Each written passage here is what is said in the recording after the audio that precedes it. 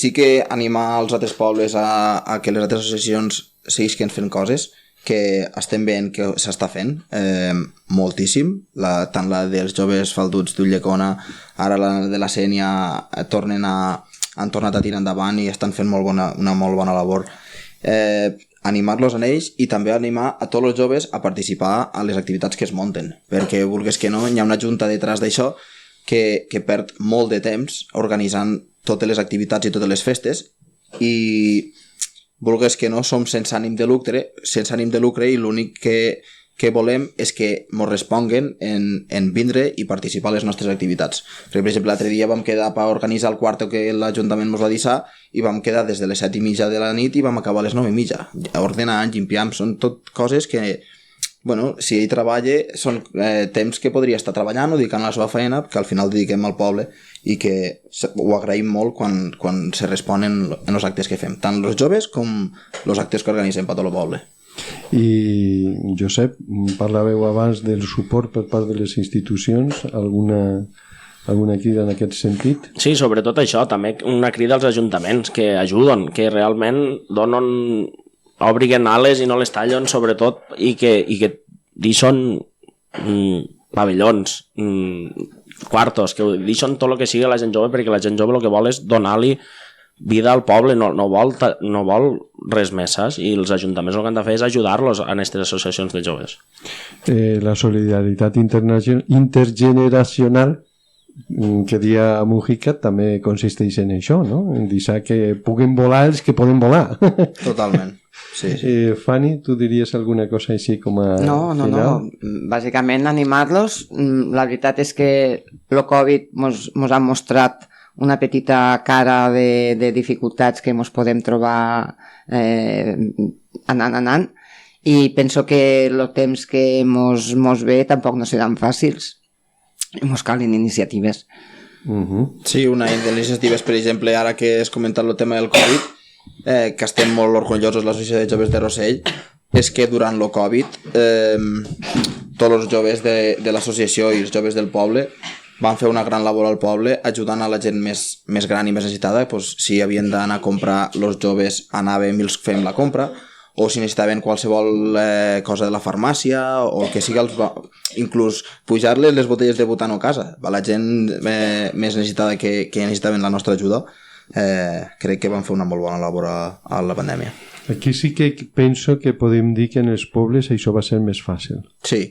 De suportar. Més fàcil també que se pogués en marxa mecanismes de solidaritat, perquè les ciutats...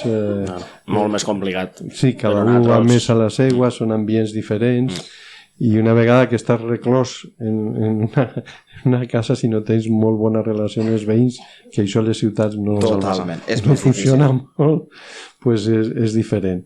Així que una cosa per l'altra, per lo que dèiem abans, que el problema del poble, aquí tenim una frase que és que la gent no diu les coses per no fer-se de mal voler. que és una mica el que resumís el que diran que dius tu. Totalment, no? Sí. Al final, com t'has de relacionar amb aquestes persones en molts aspectes, cuidadito, millor no me posiciono més en un tema polèmic que després quedes marcat per sempre. I això ho haurien d'anar superant perquè si no costa molt de canviar coses als pobles, no? Sempre cuidadito que... Totalment. I tal. Però la veritat és que sense joves que empenten.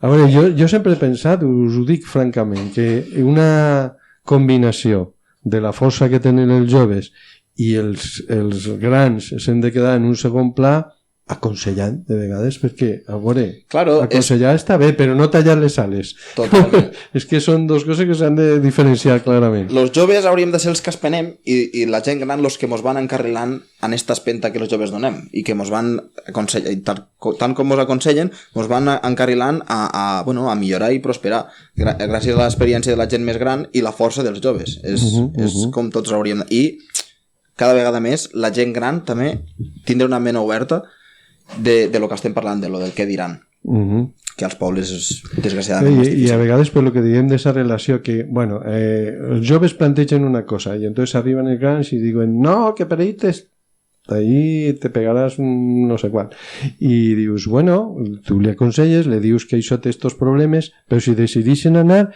carai, és que s'aprèn així també. O en vez de si que la gent gran te diga que no, que et diguen, bueno, i si ho fem el que vosaltres dieu, però d'una altra manera. En això, saps? Ajudant. I la cosa és aportar, no desaportar i tallar ales, com deia ell. És aportar, intentar millorar entre tots. I, bueno, a Rossell s'aconsegueix, la veritat, que estem contents en això. Bueno, és una mica allò de tota la vida s'ha fet així, no? Bueno, pues ara arribem nosaltres i tenim una altra visió, és el que cal, idees noves, provar, prova, error, vull dir, al final sempre ne surt algo de positiu.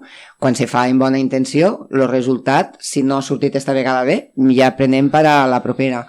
Però, vull dir, iniciatives, coses noves, els temps canvien i les idees també tenen que canviar, i per això és tan important la gent jove que es vagi incorporant a les coses per a donar esta visió de futur nou i en idees noves i fresques.